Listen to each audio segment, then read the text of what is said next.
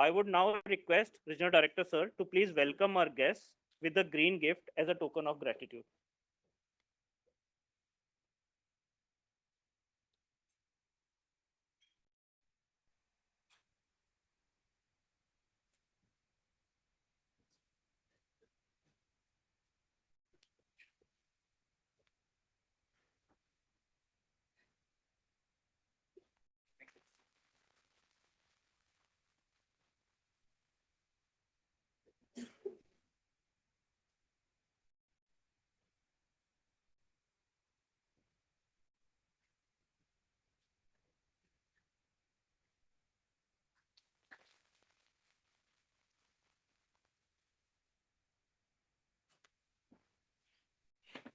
Thank you very much.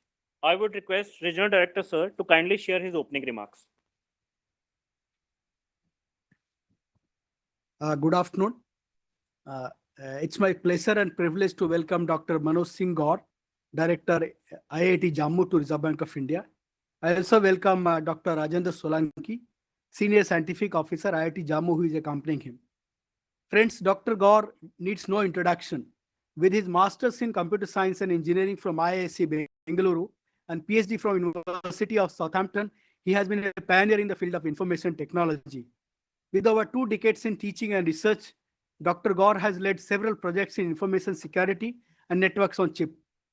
He has been part of the core group of Project Information Security Education and Awareness, a significant multi-institutional initiative in India.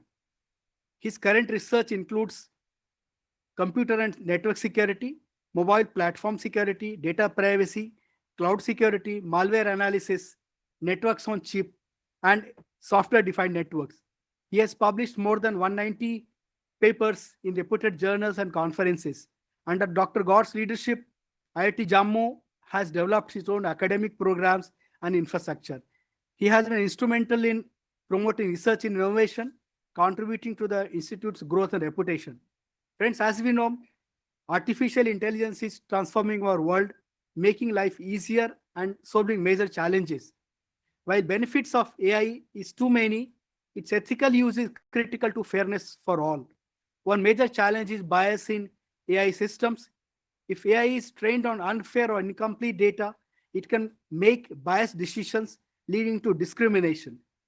Privacy and security concerns also arise as AI collects vast amounts of personal data. To fully benefit from AI, we must ensure it is developed and used ethically. It's an honor to have Dr. Gaur with us today to share insights on this fascinating field of AI. I welcome Dr. Gaur once again and request him to enlighten us further on this exciting topic. Now, floor is all yours, sir. Yeah. Thank you very much for very kind words. Now, this talk and the content which I'm going to share with you and present in front of you is being kept for kind of mixed audience. Some technology will come in between though, but we'll try to keep the tenor in such a way that's understandable to most of us when we share it. We have created this outline together. Dr. Solanki has been working with us. He works in the area of privacy, typically mobile platforms, app security and privacy, and information exfiltration. And there are a few more students actually currently who are working with us in this particular area. So I will touch upon those because that's the bias I carry with me when I present anything. It's gone. Okay. No, I'm not. I'll use my slides, right? Right. So no, I'm not joining, but I'm just using. Okay, anyway, so though the topic says equitable and accessible AI for societal good, opportunities, and caution, typical will do. The outline is like this. We'll talk about something about what AI, the AI is currently, what form it's taken, why we are worried about AGI, what is generative AI. There's a lot of hype around it, a lot of talk, a lot of focus on generative AI as a country and globally as well. What are the large language models which some of us are worried about? then what are the opportunities these new generation AI and AI systems are giving to us? We'll talk about equitable AI in general sense, that in what way it should remain equitable, explainable, and different sense. Then what are the myths around this revolution happening around us? Jobs, as well as what we call the AI as snake oil, and the challenges. Some will try to touch upon regulations and some references, those who are interested in further. I'll leave the slides for those who are interested further to look into. Now, whenever the new technology comes up, then there's always a disruption, there is an anxiety which happens. So this is a cartoon which I picked it up when I gave a talk last year also. This is called a precautionary principle, 2015. We must abandon the use of fire to avoid any potential systemic ruin. Means probably when the fire first came, we thought that fire will ruin us all, it will burn us down. It never happened. And we use fire for multiple purposes, and as we have growing as society, including our food. These are the breakthroughs which happened. I'll just try to sprinkle with some ideas, around the peripheral way. So though we keep on talking about disruptions, negative effects of this, and there are naysayers which talks about it, but humanity, as globally, we are flourishing. If you look at last 70, 80 years and 100 years, in spite of the wars of different kinds, we are growing, we are living longer, we are living healthier. And humanity is flourishing with astounding prosperity. And technology is a big part of it. It is shaping us all with the culture and humanity as well. Because technology reshapes the environment and changes the human behavior, and we adapt to it. So when we start to looking at fire, wheel, engine, electricity, we are actually coming over these disruptions and new things around us. And as a humanity, we eat, live, and try not to die. So till now, we have been talking about it, and we have been growing and flourishing, as we keep on saying. So just a recap, what happened in the industrial revolutions in last few centuries. So in 18th century till early 19th century, we have steam power, mass production, and the factory system, which created urban living, working class for us. Our cities grew, and we are still growing. Second one came in 1870 to 1914, electricity, oil, steel, and assembly lines. So we created the markets where the consumerism grew a lot, and then the industrialization started happening. And then third revolution, which classified, there can be some difference in definition as well. The computers, automation, and the internet, globalization of economy. We are better connected. We have cheaper computer. We have cheaper communication. Always on network around us, and which is with the pros and cons. And the fourth one, I think around 2010 till present, artificial intelligence, robotics, 3D printing, what we call Industry 4.0. whose impacts we are trying to assess ourselves. We are confused, actually, still, if I say so. So, and as I said, that there is some unease with tech innovation, which happens, that any new technology is an agent of change. That is why it looks scarier to some, because some people and some part of the society and the working class need to retrain themselves, reskill themselves to remain, relevant. It generates fear of unknown, because we don't know actually what will happen. In fact, that's the current state in software industry as well. Then shows that humanity is vulnerable, that we can be affected. And so there's a in psychology, there's a concept called the end of the change, in a sense. So we want to believe that we have changed till now, but we won't change any further. But this is not the case. Technology and the culture and the artifacts around us change, and it start what we call the questions the human capacity. So we have been adapting to the changed environment, and I believe that we keep on doing so in times to come. So let's go to the basics. Artificial, made by humans, that's the intelligence, and especially in imitation of something natural, data about people. Intelligence, the ability to acquire, understand, use the knowledge. And if we look at the a slightly expanded version studies machine intelligence. And machine intelligence is not a very new thing. In fact, next slide will show that it has been with us more than 70, 80 years. So can be useful in search engines, which we have been using in self-driving cars, recommendation system, which we have been using, automatic language translation, including NLP, facial recognition of various classification systems, games and augmented reality and VR, and detecting spam. So all good things, we have been using it for different purposes.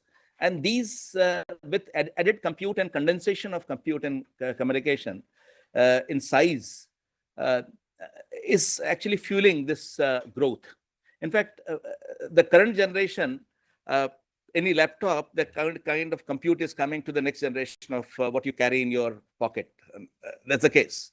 So earlier we used to have the 4-core multi-core computers in, I think, first decade of this century. We never thought that multi-core will be required in mobile systems, but we are. We are talking about 8, 10, 16 cores. And that's why I'm telling you, because I used to work in networks and chip in that time. But what happened is now this compute is there, whether you are using it or not. In fact, the push is that use many more apps and use a lot of compute and available with added memory, because hardware need to be produced. Somebody has to buy it. Economy has to, circulate. Money has to be spent. Actually, you understand better money than us. Actually, in a way. So this is the timeline, a rough timeline, though it's a bit short font, but possibly you can see 1943, then the first artificial neurons were defined. 50, Alan Turing, actually, he gave a concept of Turing machine. And 1955, around just after Second World War, term AI was coming, and there's something called AI Dartmouth conference happened in 1956. And regularly it was moving slow and fast till what we are. When all of a sudden, we, with the affordability of ML and DL in 2017, 2019, we had a bang on the screen called generative AI, came the Chat GPT, and everybody was hooked to it. And so much noise is created, and but it is nothing new. In fact, it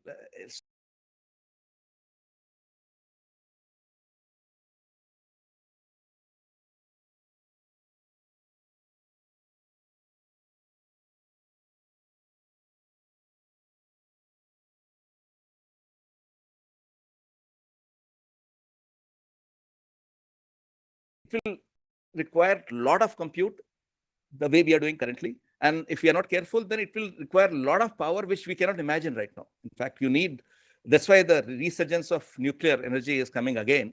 All the big tech companies, whether Amazon, Microsoft, Facebook, they are investing in nuclear power because they need captive tens and hundreds of megawatts power feeding their data centers, which are doing this generative AI for all of us.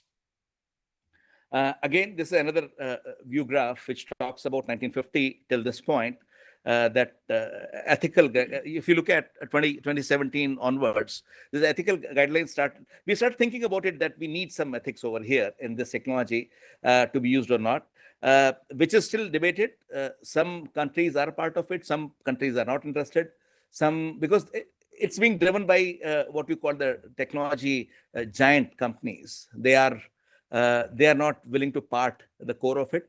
And there's what you call the race, which is going on between the countries to generate better models, as we say. Now, artificial general intelligence, till now, what we have seen generally is called artificial narrow intelligence. Like, we have seen a part of this kind of intelligence coming to machines, whether it's a coffee machine, whether it's a washing machine, whether it's a part of ADS used in onboard system of any advanced and upper class vehicles, what you drive on the road, and many other moving machineries, where we would like to do the assessment by capturing inline data and fuse it with the past performance. But GI is a term which is being coined by many of us. And in fact, there was a few years back, I think 2021, there was a letter written by many of the big AI scientists and a group of people, in fact, not only scientists, that we should put a pause button on this development of AI because it's going to take away the humanity. It's a threat to humanity. A lot of books have come lately. In fact, you might have seen in the bookshop, you can find it, which talks about that information, consumption of information, language as an operating system of human beings, and that's being hacked, and so on and so forth. So there's a dystopia feeling, there's a utopia feeling, and so mix of it. I'll try to give both part of it without any judgment, and let's see how it goes. Now, when we talk about generality, general intelligence means something is better than us, in fact, or equal to us at least. But at the same time, if you look carefully, we don't understand ourselves. Like if you look at our human brain and how it interacts with the sensors, we have some understanding, but we don't have a deep understanding. We don't know how the compute happens. We know the information about it, that what is the bit rates are working when we talk about different kind of prosthetics, with whether it's a retina or cochlear or something, because there we are trying to put some artificial sensors for eyes macular degeneration. We know that how the brain, but how the left lobe and right lobe is talking to each other. So that's a different science altogether. It's neuroscience, and people have been working, and there's a lot of material available. So I won't go there. But as I said, that knowledge and knowing the knowledge, what is good for us, is a ladder. It's incremental. Actually, you keep on growing it, which we saw it happening for artificial intelligence in last few years. The impact is more profound in last few years because a couple of things have happened. Typically what we call the attention model as part of the generative AI. But we were aware that how this model can be used as part of natural languages, coupled with when you do the multiple language processing, it becomes very impressive, in fact. But at the same time, you should know that this is a classifier. It's a generative model. It's a model, first of all. And it's a stochastic model. And some of them call it stochastic parrot also. It hallucinates. So something, if it doesn't know, then it tries to cook up for you, which may not be correct all the time. So there is a caveats which will come with this. Now, the general purpose computer, if you look at, and the third point, eliminated the need for build a new physical device every time we need to perform a new computational task. We only need to write the software. So we removed that dependence that I need a special computer every time I want to do a different kind of. Can I have? Okay. So the similar kind of generality is yet to be achieved actually in AI when we talk about it. We have the classification models, which works. We are doing very well over there. But when you talk about the intelligence part, we are far away, actually, in a sense.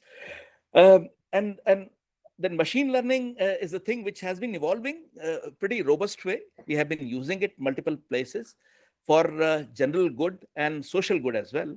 Eliminated the need to write new software. We only need to have an accessible data set and devise a learning algorithm suited to that data. It means the algorithms are there now, deciding some portion of your decision-making process. Algorithms are accountable, actually. We'll take some use cases later on. And these algorithms are being written by some of us and sold and used by some of our organization, and they are giving you on a platform. Whether they're right or they're wrong, it depends what kind of data they are being trained upon. And there's a plateau effect which is coming now because typically, if you look at around 10 to 11 billion people might have lived till now, and we have 8 billion people living on Earth. So this amount of data, so somebody is given comparison that how much data it could have consumed. They have consumed the available data which they can actually harvest till now, available in open domain. But at the same time, we need more data if you want to further refine it. I read somewhere, I don't have a reference over here, where they talked about how to improve that hallucination can be taken care of. Because hallucination, when we say it cooks up some information, we ask something and responds. And it is quite programmed to respond every time, so that it does not give you blank in a sense. So the idea is that can you reduce? So all the companies keep on telling that we are going to, make sure that we are working on it to remove the hallucination. But those who are working in this area for many, many years, they say it's not possible actually by model sense to remove the hallucination altogether. There's a theory and there's a counterexample also as well, but we don't know yet. In fact, you ask us, machine learning and particularly deep learning, which is core to this generative AI current hype, we are not aware how it works. It's a black box. It trains, but it responds. It talks to us. And that actually scares us, that machines talking to us, just like humans. So generative AI, as I said, that AI to create new content. It means it absorbs, digests, and create new contents on its knowledge by a network in real time, almost real time. Text, images, paintings, music, and videos. In fact, that's why we feel, kind of whether the content which is given to me on site, website, app, and any platform, whether it's Instagram or this, it's a real content or it's a fake or generated by a generative AI platform actually. So that now the platform is coming, who can check it actually, in the sense whether this text is coming from generative AI or otherwise, right, with some accuracy. So they do work on what we call the stored models or algorithms to generate these outputs based on specific prompts or the input, and can be useful in writing, customer care, art, health, agriculture, answering based on huge text corpus. Because as a human being, we are overwhelmed by the scale. Remember this. If you tell me to multiply 2 number by 2, another number, I can do it quickly, right? Everybody can do it. But if I say that it's a 7-digit number and with another 6-digit number, you'll find it, you need calculator. Start passing. Whereas the computational, if I have a model which can do algorithmically, then I can generate with no time. It does not tire, actually. It does not do anything. And it can generate these if it properly defined. So generative AI became generative AI, and then we came to what we call the large language models. This is LLMs are ML models to process the tasks, especially on natural language processing tasks. For example, language generation. Earlier, handling natural language was difficult by any compute models. We used to struggle a lot. In fact, speech processing and language processing was difficult if you look at the first decade of this century, where people used to find it very difficult. This is very difficult problem, we can't solve it. But since that seminal paper came, that all you need is attention, as is called something called modification of the neural network, multi-layer neural network, that came so near to solve because it is able to generate almost like natural language. So most LLMs currently, what we are using is generative pre-trained transformers. That's called the term called GPT has come, Chat GPT. Can be useful in a chatbot like environment like prompt engineering, answering based on huge text and image corpus available, which are on which they are being trained. And they can be accurate, they can be very inaccurate and have bias coming from terabytes of unlabeled text and image data, which till now we could not be able to handle. Remember, this all capability came not only by algorithms, but came with a very cheap computation, with very cheap, almost free storage. And I would say the integration of different scale. What we used to have 130, 180 nanometers around 20 years back, now we are talking about 7 to 9 nanometers technology. That's why everybody is talking about the VLSI chips, including India. We want our own fabs. Because currently the AI chip production largely depends on a couple of companies around the world. And that's a bottleneck. In fact, that's if something happens to that country, then all supply chains will be blocked and there's no production actually. NVIDIA is primarily dependent on a company in Taiwan to produce those, TSMC. And all other companies, they have got, and these are huge supply chains. No, not a single country is producing everything, remember. So these are some things produced somewhere, some things produced somewhere, and they integrate and create the huge data centers. So that's a kind of situation, a challenge. Now here, I'm not going to talk about the neural network, how the transformer model works. I'll look at the right side, which talks about that in 2018, we had some parameters on which they are being trained as 345 million parameters. GPT-2 came 2019 after a year. It's 1.5 billion, in fact, almost like 4 or 5 times. Thank you. Then GPT-3, 175 billion. Then we had Turing Megatron NLG 2021, 530 billions, and GPT-4 as of 2023, end of it, it's $1.4 trillion. A trillion, not dollars, 1 trillion parameters I'm talking about.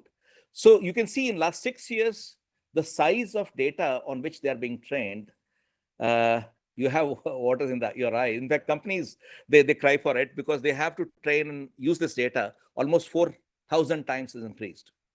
To train is not an easy job. If you want to train it, then you need compute, which has to iterate a long time. And if you want to compute, then you need a lot of power, in fact. So hence, that's why they charge you a lot per month. In fact, whether you want to use Gemini or ChatGPT, O1, O2, O3, free is given, but it gives to the extent possible. But if you want to use professionally to generate real images, text, and kind of, more with more accountability, not accountability, I would say, more depth, then possibly you have to take the subscription, which is very expensive. In fact, many industries are using it, including many of our students as well over here. So they remain very expensive. And what is the language model? Typically, it's very huge data, 1.4 gigabytes, you can see on the left side. And there is a 500 line of C code, in fact, which is open source. So it's not a huge thing, but what happened, the curation of data as well as access to data is a challenge. We don't have data. Only large companies have what data. So if we ask that foundation, this is called what we call the foundational work. Many institutions are working.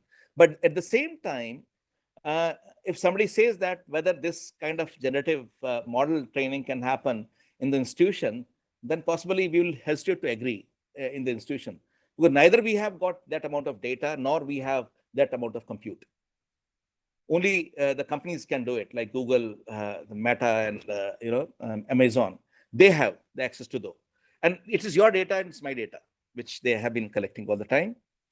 So training of them is, as I said, a model is them is more involved. Think of it like compressing the internet. In fact, they what we call the crawlers. There's the data crawlers. They are data brokers around us, which collect the data, and with and without permission, they share the data as well, actually. And then this collected and scraped data, what we call is, it goes to a file where the fusion happens. And this particular data chunk is being used to train that particular model, which we use as part of a generative AI. Next. And this is again another view of it. So just inside the training model, I won't go in detail of this. You can see the attention, then we have the feed forward, then attention, feed forward. So this is repetitive, and there's minor changes which happens in this network, which gets trained, and you get the open weight models typically, which they share it. The companies are sharing with us, including Llama of different versions. DeepSeek came with some recently in the last few weeks from China. They have launched with open source as well. But again, the question is, where's the data? As an individual, I need to have access to data. So I'm dependent on somebody to give me data. And when data is shared on which I can train it, how to remove bias, I have limited capability to understand that, right? So what are the opportunities? Let's go to larger canvas over here. Machine learning algorithms can analyze large data at scale. It can happen. And we have been doing it for a long time in bigger organizations. I'm pretty sure that all the banks, RBI, they are doing it. Income tax does it for fraud reduction. GST has a big project on that. Earlier, they were doing in VAT also. I'm aware that a couple of guys who are working. So unparalleled digital public, what we call digital public infrastructure, DPI, is being created. In fact, I'll take a digression over here. In fact, we are part of one project, which is national level. In fact, we are managing that project. We are not. So Government of India has launched a very flagship project of around 1,000 crores, 1,500 crores, where they said that in 3 thematic areas, they will create center of excellence. So we, around 60 institutions participated, and 3 were announced a couple of months back. one in health, one in sustainable cities, and third in agriculture. So expectation is the next 4 to 5 years, they will come up with a platform in AI, which can scale to the size of our country. And the outcome, we are going to judge it that how many lives they are going to touch. It's not a pure academic, but it's a fundamental work with the application or deployable solution we are looking at. So as you look at in our DPG, coming back, DPI, in fact, this Aadhaar is one of the DPIs, digital public infrastructure. So Aadhaar, bank account, mobile, it becomes a DPI for us, where you uniquely identify and possibly you can do the transaction on the basis of this, which can be authorized or which can be identified. Then track and trace for the transparency, which can be done it. And hence you can see that systems are improving incrementally, whether it's income tax returns, the way you file it, the way you use your information, because you trust that infrastructure is coming from the government. And in banking, you can look at alternate data with digital footprint, bank data for financial inclusion policies. And we use it for multiple purposes, I'm pretty sure, including credit rating of the individuals and whether the loan can be given or not. And in some of the countries, they have been doing much more, with depending on the granularity of data available with us. In agriculture, we are looking at how to improve the crop yield with the granularity of the GIS and mapping available with us. Smart cities, analyzing traffic to decongest, and possibly working on the pollution in the cities as well. And can we do the prediction for the next 10 years of the city growth with the population urbanization? These are difficult problems. I'm talking about complex. Whether AI can give the solution or not, but they can give you a finger in the sky that this is the way it's going to go for. In the healthcare, yes, of course, there's a lot of work is being done in healthcare, typically as support technology for non-communicable diseases, because India is a big country and we have huge data. Only thing is the collation and aggregation of data is important, which we saw recently in our management of this AICO in health. There's a lot of good work is going on, and in next few years you will see those results coming in the use in at least big hospitals around us, and which will improve healthcare in this country as well. In taxation, income tax returns, GST return data, and so on and so forth. So scale of lives that can be impacted is huge if we use this technology. Now, this is a kind of view graph. I'm trying to say that on the left side, on the y-axis, you can have it, what we call the destructive capacity of the targets per time. And on the x-axis, you can see time interval from one destructive technology to next becoming smaller. You can see these circles are nearer and nearer as we are progressing. And how far, years or decades. And we started with stones, swords, guns, automated guns, bombs, nukes, AI, and AGI. So this is one view. So this is the meaning of it, actually. So if you look at, are we preparing for the self-destruction? Would AI be the ultimate weapon, actually? Some people are saying that, in fact. You look around and they are naysayers. They say, no, you should stop it. But so stone, we can kill one or two, right? Or maybe injure one or two person. Swords, in tens maybe, maximum. Guns, tens still. Automated guns, hundreds. Bombs, thousands. Nukes, millions. AI, we are affecting after touching life billions. Because I think if you look at the record of ChatGPT, the way the subscription has gone up, it's billions. And AGI's entire population can touch. Now, this is the negative view, if you look at. But if you look at the positive view, that goodness in technology, the regulating destruction, as in what we have done non-proliferation treaty, is stone was a tool also. It became powerful infrastructure. Swords become again tool for us, which we use for the cutter part. Guns became as mining and fertilizer. Then bombs, mining and blasting. Then nukes, nuclear energy, we are harvesting it. AI, healthcare, education, interaction, whatever. We can keep on counting them. And AGI, possibly peace and harmony, right? So these are two different views, as I said. You can have the same technology can be used in different ways. So when we talk about equitable AI, that's all affected stakeholders and communities reap the benefits of technology without concerns of bias, data privacy, and lack of representation. Because remember, the access to digital resource or technology has been, is not very equitable, in fact. depending upon where you exist in economy, kind of layer, your footprint exists. Otherwise, people are completely missed out of that data sets, what we're looking at. And I'm talking about the digital footprint. And that divides even the West and South, so what we call the, developed countries and developing nation or to be developed nation. And hence, what data we are using currently remains, is biased. Whether it's a gender bias, whether it's a color bias, and if you use that data to train the models on which you're going to take some decisions, that bias percolates. That is expected. And there are experiments, people have done it, people have proved that they have a lot of literature exists, that this bias actually affects these individuals as well. So can we handle that?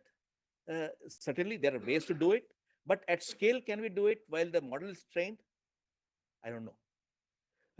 So AI accessible to all, that is the equitability we are looking at across geographies, communities, income groups, age groups, gender, with or without global representation. So the challenge remains, who makes the decisions for this bias and, agree to take care of the bias as well, and who controls the data? Whose data it is actually? So it's our data, but who is controlling it? It's the companies which are doing it currently, right? Even while you use it, if you root your phone, mobile phone, the company says that we won't take care of your patching anymore, because they are controlling, they are actually fingerprinting you. What you browse, what you look at, where you use it. And there's a complete supply chain. There are data brokers, which takes in between. And they take your data and copy any number of times without your knowledge, as I said. It's no cost to them. But data is valuable, whether it's training a model or whether getting an anonymous call to you. When you receive it, right, they want to give you a bank loan. But from where? I never call anybody, right? I'll go to the bank and get it. But they have your information about it. So one of the major concerns right now is AI is taking away jobs, right? It happened. In fact, if you look at our campus placement also, we were affected earlier. That software jobs, in fact, a few days back, I was talking that SD1 entry-level jobs are being affected. But that was kind of a spike happened and now it's leveling up. It's not the case. So people really want to believe that AI is decimating software jobs, because in India, typically all in branches of engineering, I'm talking about the engineering institutions, they were getting IT jobs for last 10, 15 years, 20 years, right? Everybody is. It's a good job. It's a flourishing economy. It's a, everybody is rising in that case, but they were affected. So because it feels like poetic justice, but unfortunately, that narrative is nonsense actually so far. Of course, there's a confusion. I must say that. In fact, AI's labor impact is so far has been concentrated on freelance jobs like translation. So those are being used in translation, language translation particularly. There's a simple reason why, because it can generate that content. Jobs are bundles of tasks and AI automates the task, not the jobs. So it's a task which is being affected, and those jobs are tied with the tasks, simple tasks which it can do, they are affected. Most regular jobs are bundles of so many different tasks that it is fairly easy for people to adapt to automation by reskilling, upskilling, and gradually evolving the job description to focus on that parts that aren't automated. Remember, in 80s and 90s, we had a huge problem and scarce, we were scared that all the office job will go away once the typewriter is gone. Typewriters, manual came with the electronic typewriter came with computer, but I think jobs were never, because our economy is also growing actually with this. We have more number of people looking for services.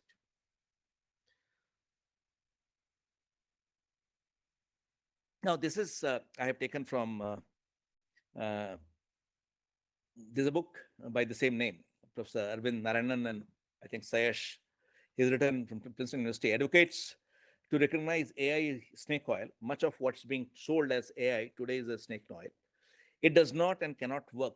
For example, claim, algorithmic assessment of 30-second short video claim to work by what candidate said through its body language, speech patterns, Nowadays it happens. They record your video and then algorithm decide whether he should be called for the interview or not. That's a reality. Algorithms are working at work. But reality, the companies and corporations are realizing that product essentially sells a random number generator. So this is a proven fact, actually. As I'm saying, very recent text and work which they have done it, claim algorithm can make hiring better as it does not discriminate. Reality, people are learning to work around these bogus systems by inserting text to pass the automated screening. So this is also fact, actually, right? So anything.ai, in fact, that's what's happening now. Under AI umbrella, there are multiple technologies. Some of these technologies have made genuine, remarkable, widely publicized progress. Like healthcare is wonderful thing what has happened. In last year, 2 Nobel Prizes, if you look at chemistry and physics, both were given to somebody, AI scientist, in fact. The person who created and worked on a very difficult problem of protein folding, which actually affects us the way the human body works and the way the drug actually works on these proteins. That was fundamental work. That was fantastic work, which otherwise was not possible without this tool. And they created these tools to generate it. Hence, they were given along with some of the, what we call the, I think, structural biologists as well. And same thing happened, those who created this particular network, which we are using currently everywhere. Then companies exploit public confusion, slap the AI label on whatever they are selling for perceived validating profits. And we are sold to them typically, right?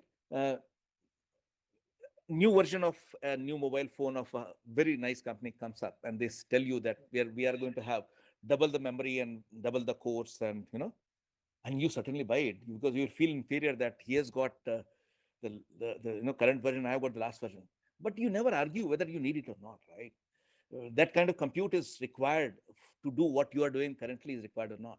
You should always check the fact as well as ask yourself, because they have to sell, of course, but do you want to buy? Is it doing the value addition? Success of a few technological accomplishment has nothing to do common with the thousands of tasks human do and AI tools to predict outcome of improved speed and accuracy. So again, these are 2 references I have given with this. Challenges using Gen AI tools, privacy of individuals, certainly we will be affected, we are affected. Imagine some actors feeding your personal and sensitive data into these chatbots.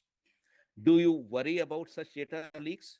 Can those data leaks be even traced back to you? And health and medical data, confidential information not yet in the public domains. They are not. Because there are certain standards and there are some privacy standards by which they cannot be. But the way we are managing some of our systems in some of the places, they are not so protected as well.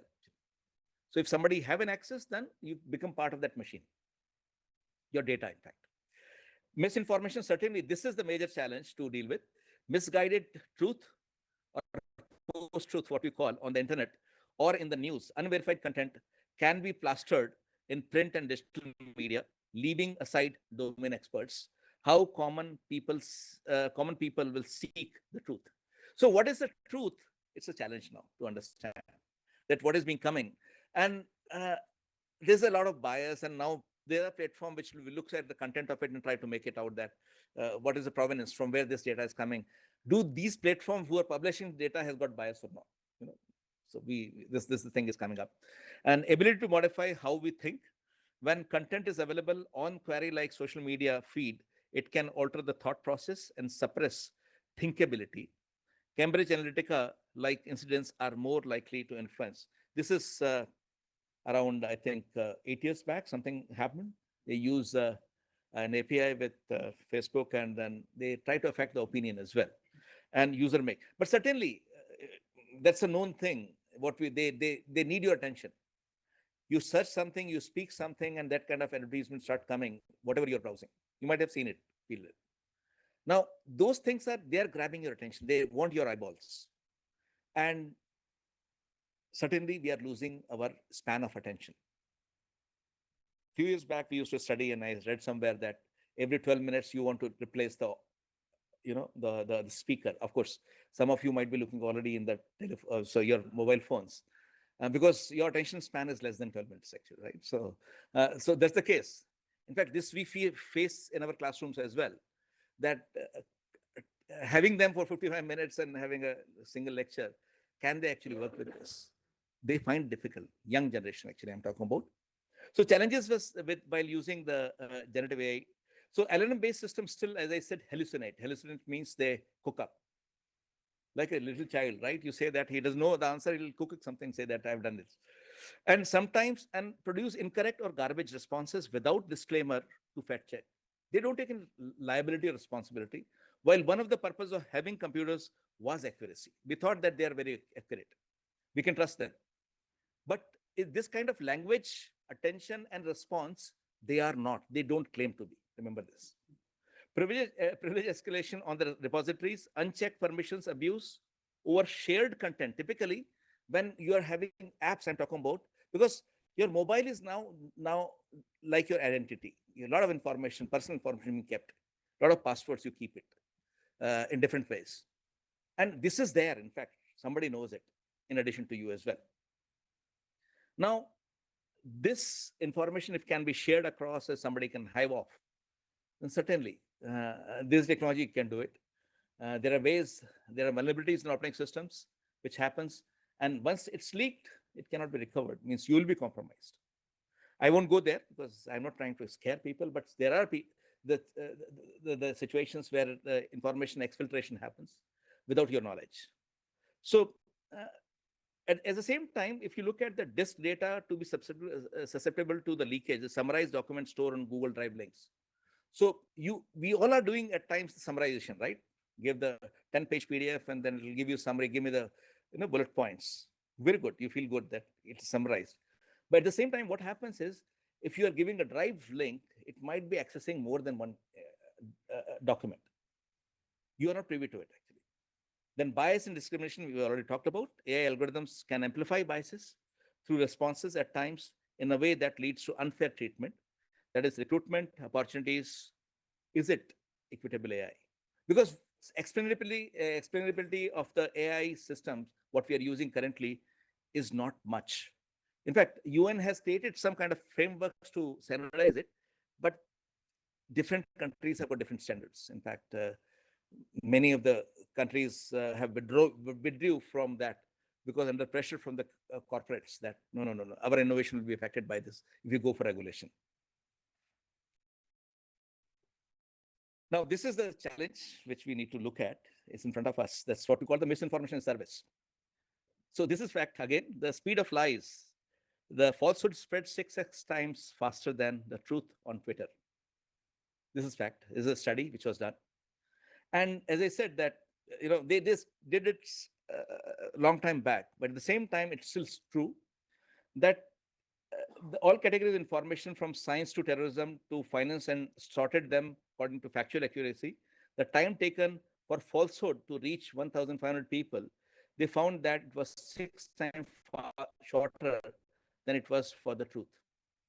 So, and misinformation, truth, disinformation, they spread much faster than the truth itself.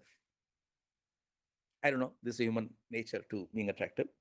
So there are platforms now, and you can create those platforms as a service. Because remember, 80% of Twitter data, which is the biggest platform, one of the very huge platform, used to be produced by 20% of users. And large portion of this volume of this data which is produced is by bots. Bots means automated programs which are working with you. You might have seen it in various service platform websites as well. Chatbot dynamics potentially fuel viral dynamics, which affects us all in social way, in cultural way. Can potentially create flash events and chaos at times. Yet to understand how to control viral dynamics, since we are addicted to them and generate profiles by the big tech. Remember, WhatsApp says that you can't forward more than 5 times, right? Some images, but there are bots. You can write the programs to actually make it spread much faster. Manipulation of opinion, actually already talked about it. With the language models in front of us, LLMs and generative AI, we can create this content much faster, and they can spread even much faster as well, actually. Recent example, DeepSeek versus ChatGPT, the same question was asked, right? What are the northeastern states of India? So DeepSeek, created in China, gave a different answer. It says that, it's a part of PRC and so forth. You can't see that, you can't read it possibly. But ChatGPT for the same question gave a listing of the states on the northeast. So this is a bias which carried with this.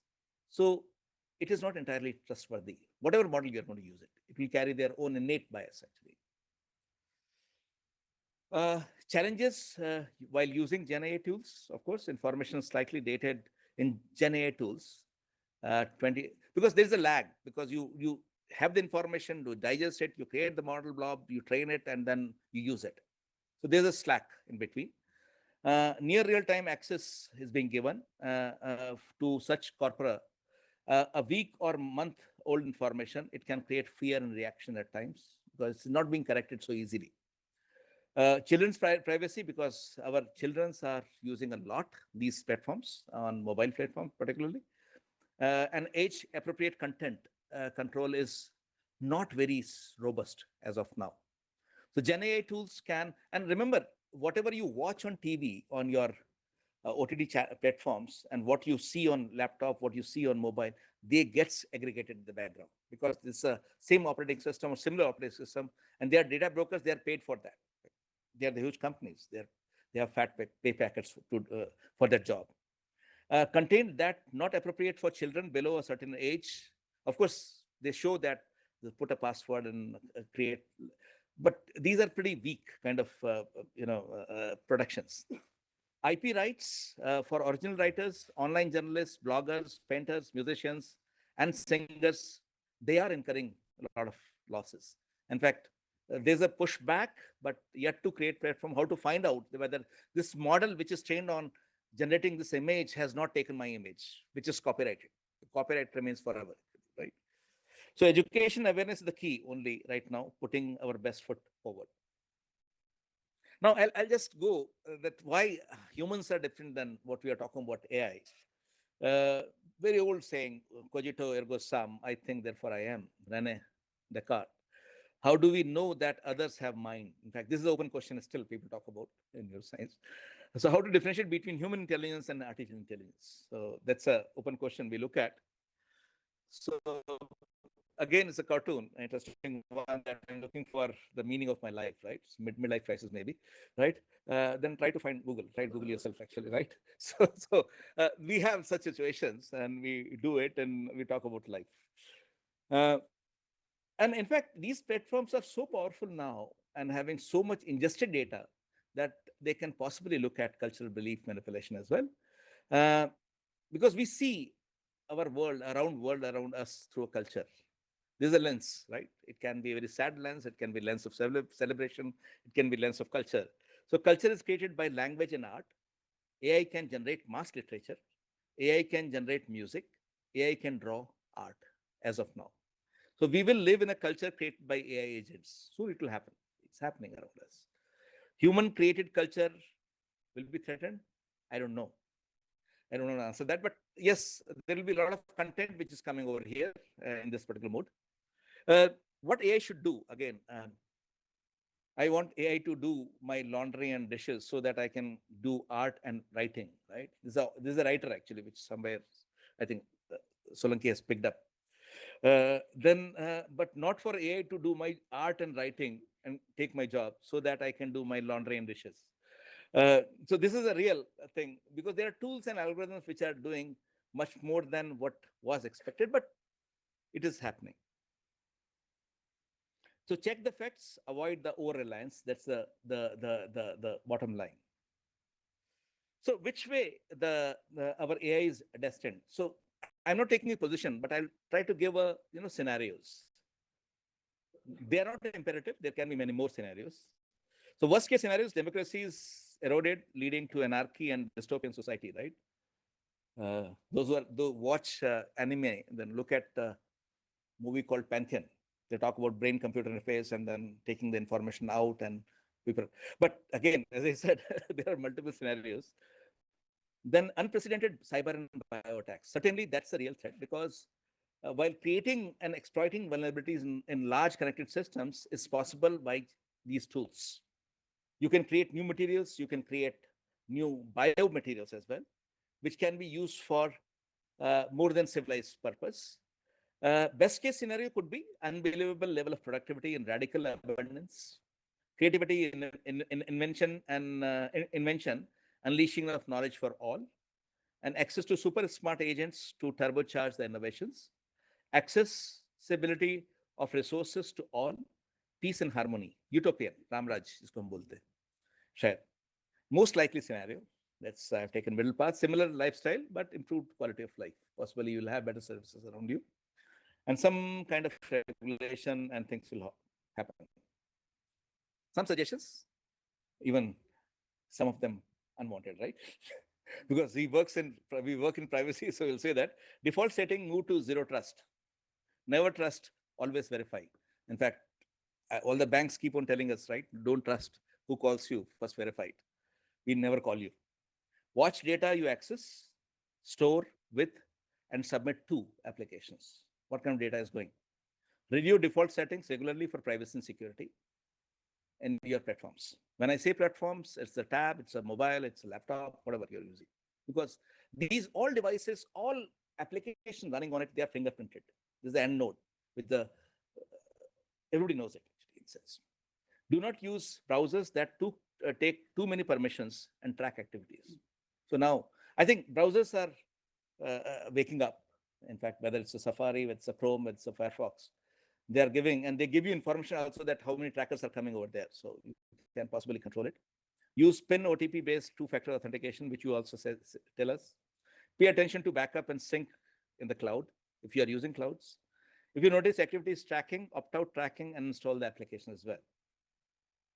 Now, regulations, of course, DPDP is there in front of us, but the compliance is still being understood. Principle of the consented, lawful, and transparent use of personal data. Principle of purpose limitation, that what it can be used for. Principle of data minimization. Principle of data accuracy. Principle of storage limitation, only till it is needed. Principle of reasonable security safeguards. Principle of accountability, penalty for the breaches. But they are rules, remember this. They are the regulation, but how do you comply and how do you validate them? Still a challenge, right? You need some platform. Like you might have seen it in DG Yatra lately. They've started saying that we'll store your data till it is required. But who can we validate it as an individual? I'm not too sure actually about it. But we believe that this is data for good. It gives me quick access to the airport. In Europe, even restricted law actually exists called GDPR in force that advocates for the purpose of specification, consent, data minimization, and right to be forgotten. That's a very important thing which has happened last few years in Europe. In fact, when you, those who travel in Europe and other countries, when you browse the same site, what you're browsing in India is very different over there, because they'll tell you that they have to declare the site that if it is being, that site is being browsed in Europe and site has been browsed in India, it's different. Because they have to declare that what cookies are being done, with the analytical cookies, performance cookies, or necessary cookies in that case. I think all banking browsers, their sites which needs a session-based access, they need this kind of artifacts. So AI regulations is a lot of talk about. In fact, many countries have created Institute of AI Safety. And I have attended a couple of seminars also about regulation and safety. But something concrete is yet to come. In fact, because here the regulation will come and go to the companies. Whether companies will agree or not, that's a challenge for us. So ministries have shared advisories for not using AI tools like DeepSeek to safeguard accidental data leakage. And institution-wise, in what we call the enterprise level, precision AI control are coming in place in our devices also. When I say devices, I'm talking about edge devices where they can control that what data. Because once you share the data to get some response for your own document, that goes to the cloud. Whether we should be sharing it or not, I think the enterprise need to decide it actually. So these are a few references, and I hope I kept the time, right? Thank you very much.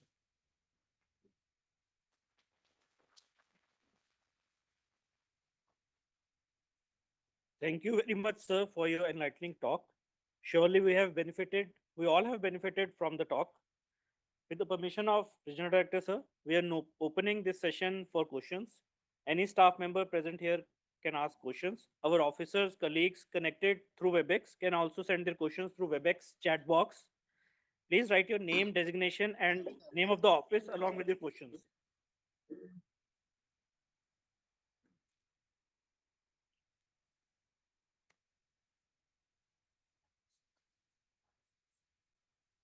Mike. Sir, my question pertains to the biasness you were talking about. So, sir, my question pertains to DeepSeek specifically. Like China recently came up with this AI tool, and I read somewhere that when it was asked some questions regarding, Chinese politicians or politics, it gave a response which had biasness. That it said, I'm not trained to answer these kind of questions. So, my first question is, sir, that how do these models are being trained to show this kind of biasness? And secondly, then these models are not fully reliable, sir. I will answer, but I'll take a pause. Possibly you can do it. One thing is we really don't know. We really don't know how they're not declaring, right? They're not telling. They say it's open source, but they're not declaring a lot many details there. There was one slide which showed in LLM where when you say write a story, right? So it gives some weight to write and story. It goes to the networks, attention, feed forward, and then comes out with something. So they have given some weightage to some label, some data, and then they comes up with some story. Okay, like there were two boys. Let's say you write a story about three boys. So what you have given input, write a story, write story, three boys, and then it will come out with something which is there in the corpora, right? Now, how they are doing it, how they're assigning weightage to those things that we don't know, right? That's a secret, right? Or that they're not telling us, tech companies. Similarly, when something comes up from this DeepSeek or any kind of ChatGPT, we showed one example of northeastern states, right? Now, they have trained their models such a way that it shows that there is some authorship or controller, the territory is owned by PRC, right? Which we know it's not truth, right? So they induce biases. That is the risk. How they are doing it, we really don't know. We don't know. I think during the course, maybe I have, raced past it. These models are still the black boxes. And that's why a big question mark remains on the explainability. And that is the case where there is a lot of resistance in decision making, like government, defense, and where the question of life and death comes. These models cannot be deployed because there is a bias and there is non-explainability about that how they are functioning. If we don't know it, then we cannot assume, because you trust your doctor because he's trying to tell you that this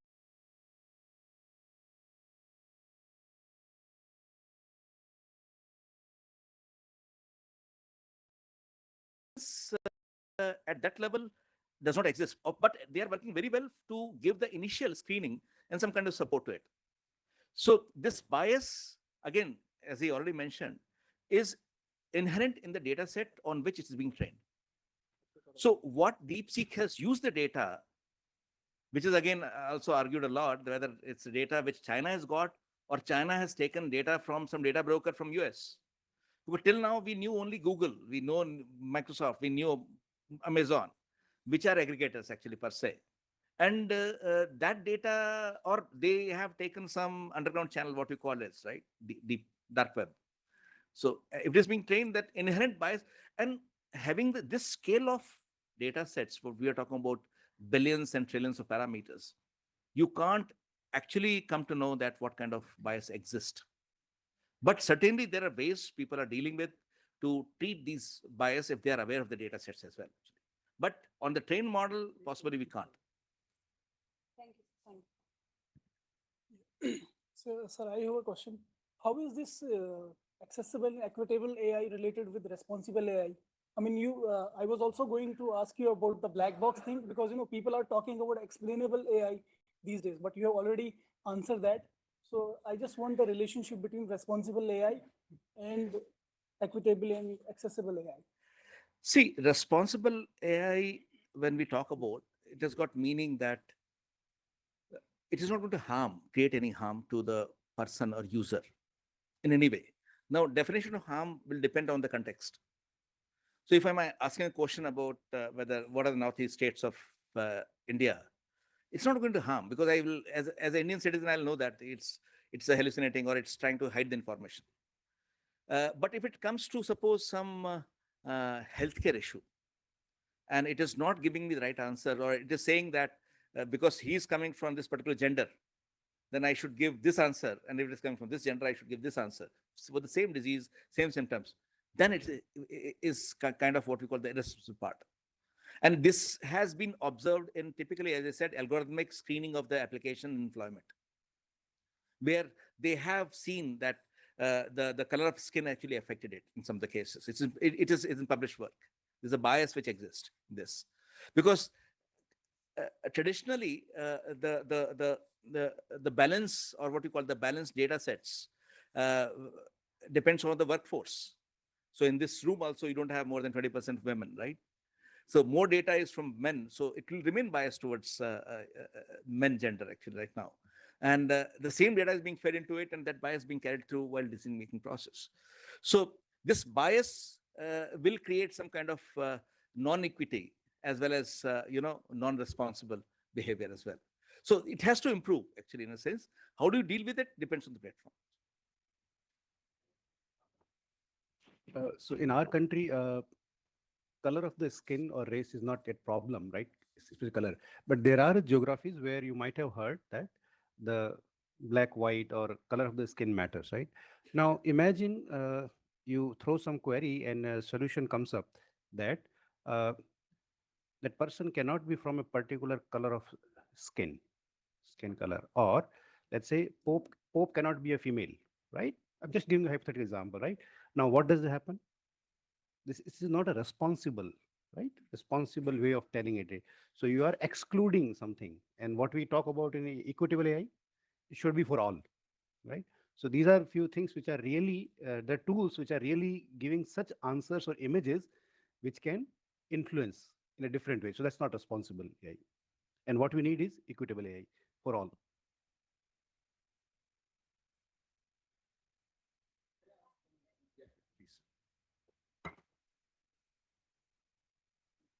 See, this question is in the context of banking.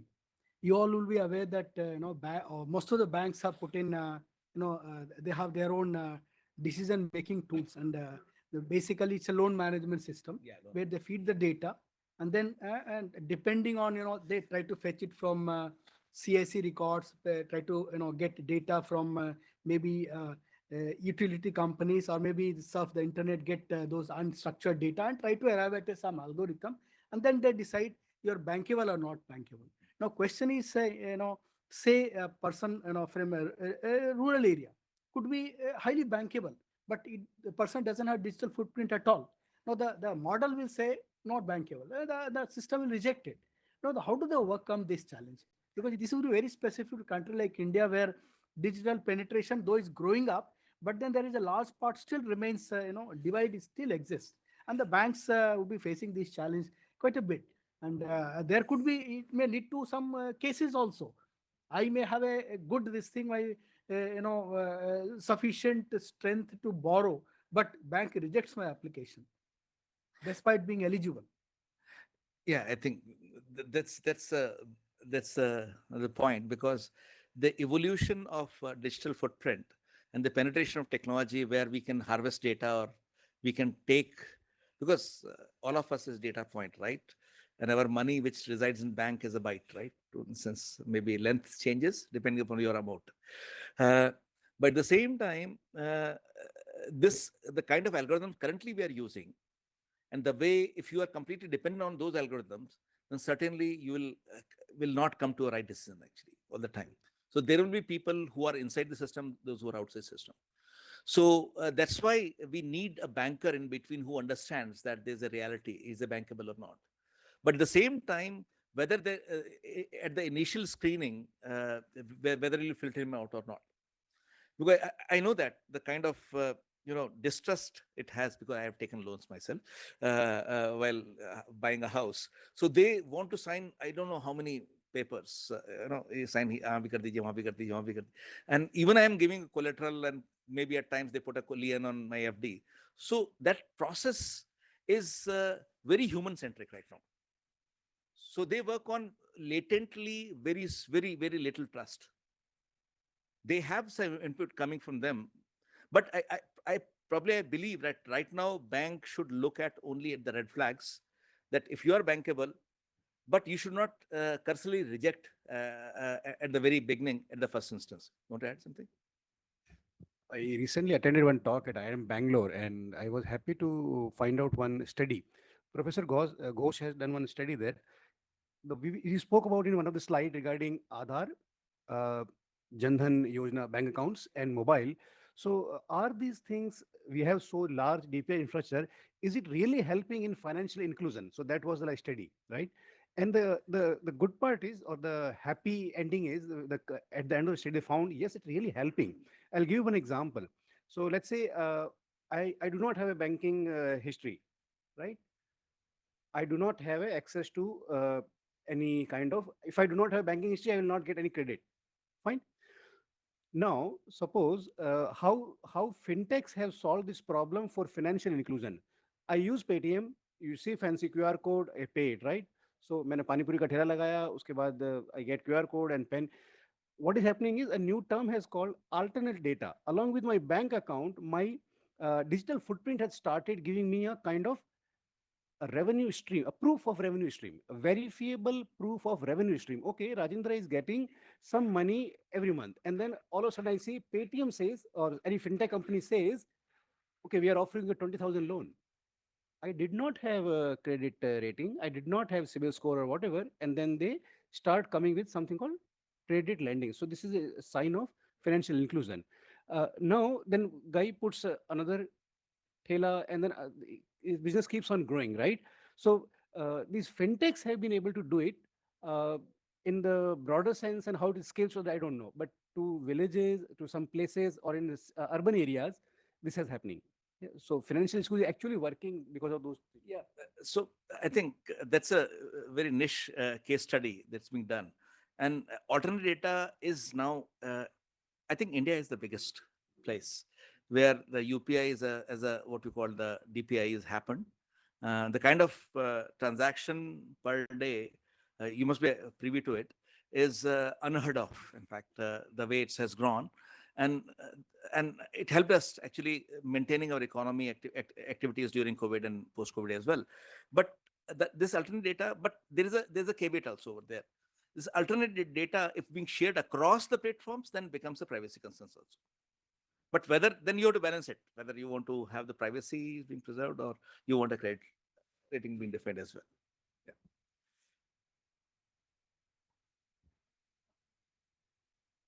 Yeah. Mike.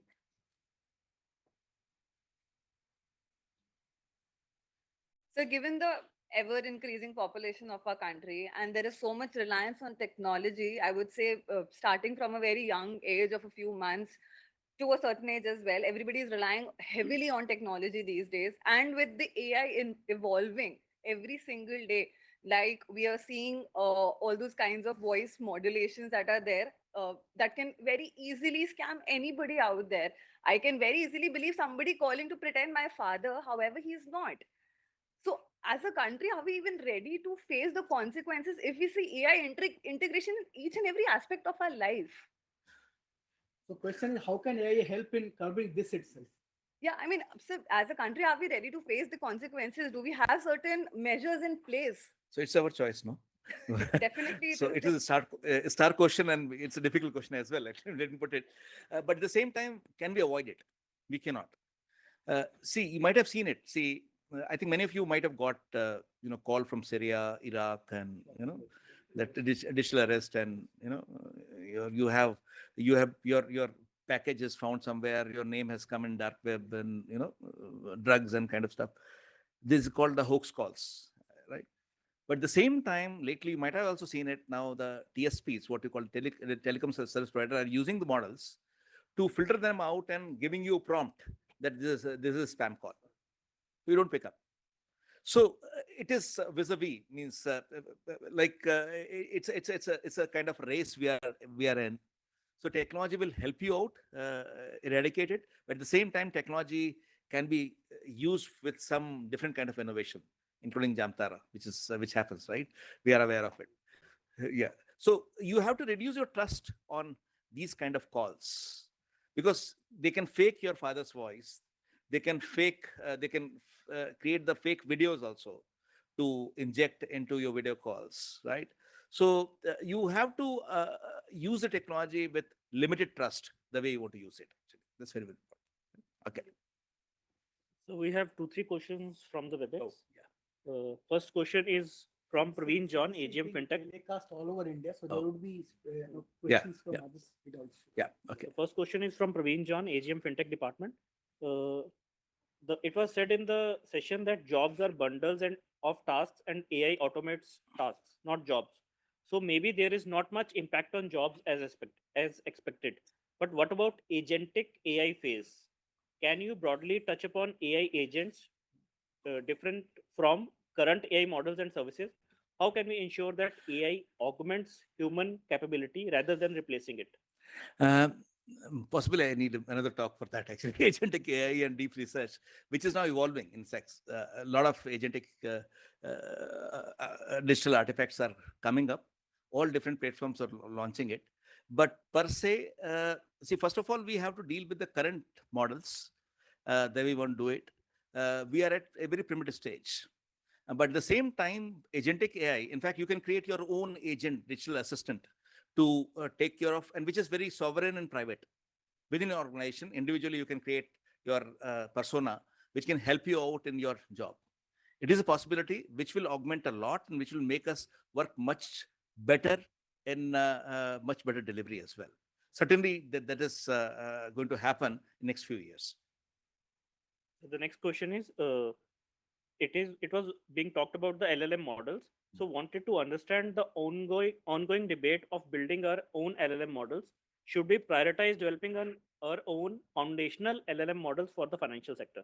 Yes, I think that's the need of the hour. In fact, we have to create our own foundational model. So as I said, I use a word called sovereign.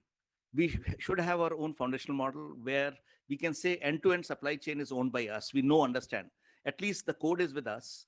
The data on which, because financial sector has got a very large volume of clean data, which you do not share that easily, right? Even you have beautifully defined role-based access control at various layer of core banking. So if you do that, then certainly that will be a fillip to what you're doing currently in better way. So this is the requirement. In fact, as I mentioned that there are 3 COEs going to work on, but they are not including currently fintech. But certainly we are looking to create some foundational model which is owned by us in India and which will be used by for the country's good before we actually lease it out. So this is the last question. Can we consider applying black box models like neural networks for creating applications like digital public infrastructure as they lose explainability and hampers the transparency of this system? We should, I don't know. That's want to answer? So we are already using machine learning and tools. If you,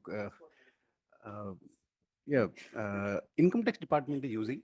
So why we should not? But the only thing is with caution, with care, with responsibility, and with equity. Yeah. But again, one disclaimer and caveat I will put over there.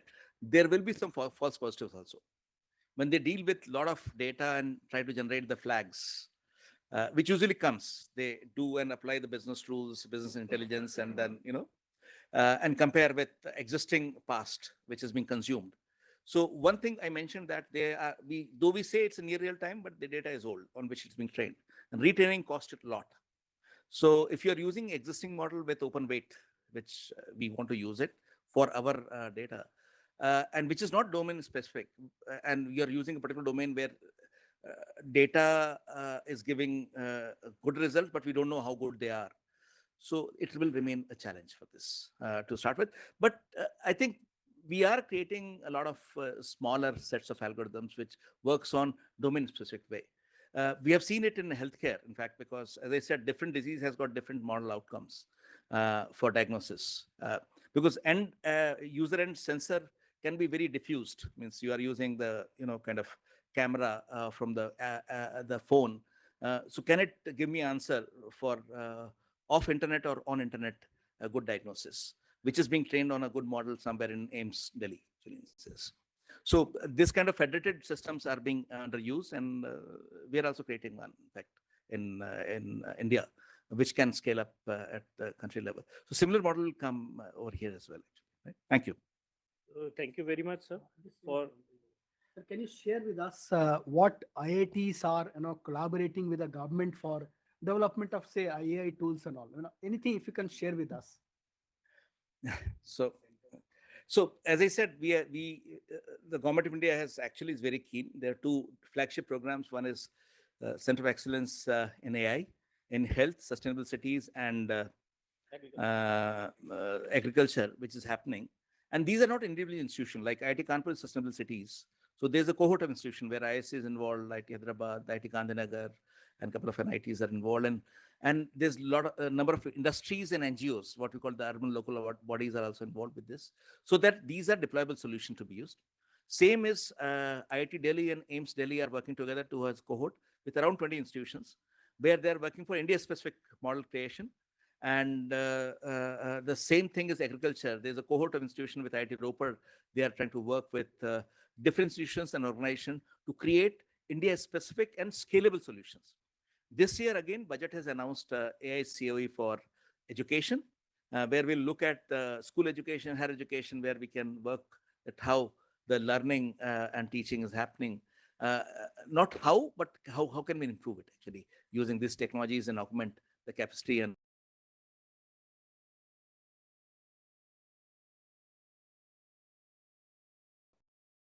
including fintech, banking, and different way.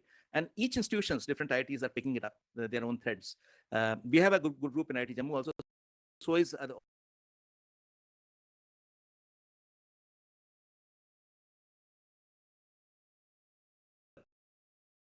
AIMS Jammu and AIMS Delhi as well, to look at that how, because they have the data, they have the domain expertise, and we have the algorithms. So can we put with a compute and see this?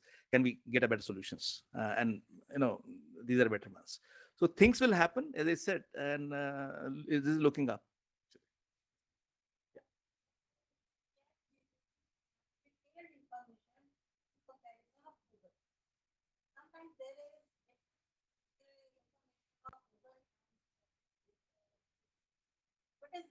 Which one is reliable? You can't say that, actually. Neither I can. See, because as I said, there are different models.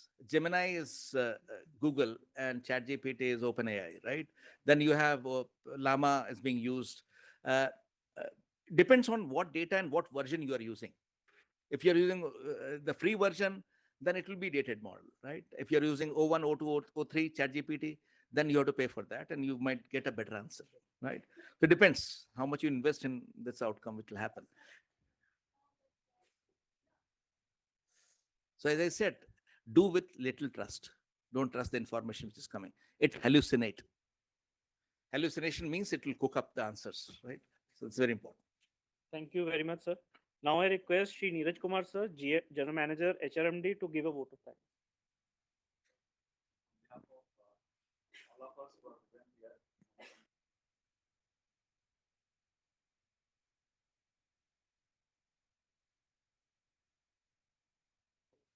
I express my sincere gratitude to you, Dr. Manoj Gaur sir, Director IIT Jammu, and Dr. Rajendra Solanki also for the engaging talks that you have delivered. And your expertise is quite evident in your talk. I'm sure that the valuable insights everybody has got from your talk, they will be used in the future, in the times to come. And so just to brief you about what RBI is doing, in fact, we have utilized this AI technology in early detection of bad loans, in some kind of fraud detection systems, and some kind of analysis of off-site returns. And recently, in fact, RBI has also constituted one committee for robust, comprehensive adaptable AI framework. So that committee is also working. And recently our departments are also working some kind of models like ULI, Unified Lending Infrastructure. So these are the things that we have done, sir, from our side, and hope your talk will definitely give some valuable insight for our workings in future. So thank you, Mr. Gaur, sir, for taking time off out of your busy schedule and share your expertise with us. Thank you. Thank both of you.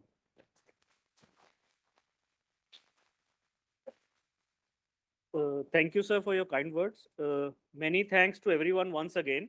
We thank all the RBI community connected through WebEx for joining us. With the permission of the regional director, we can conclude this program.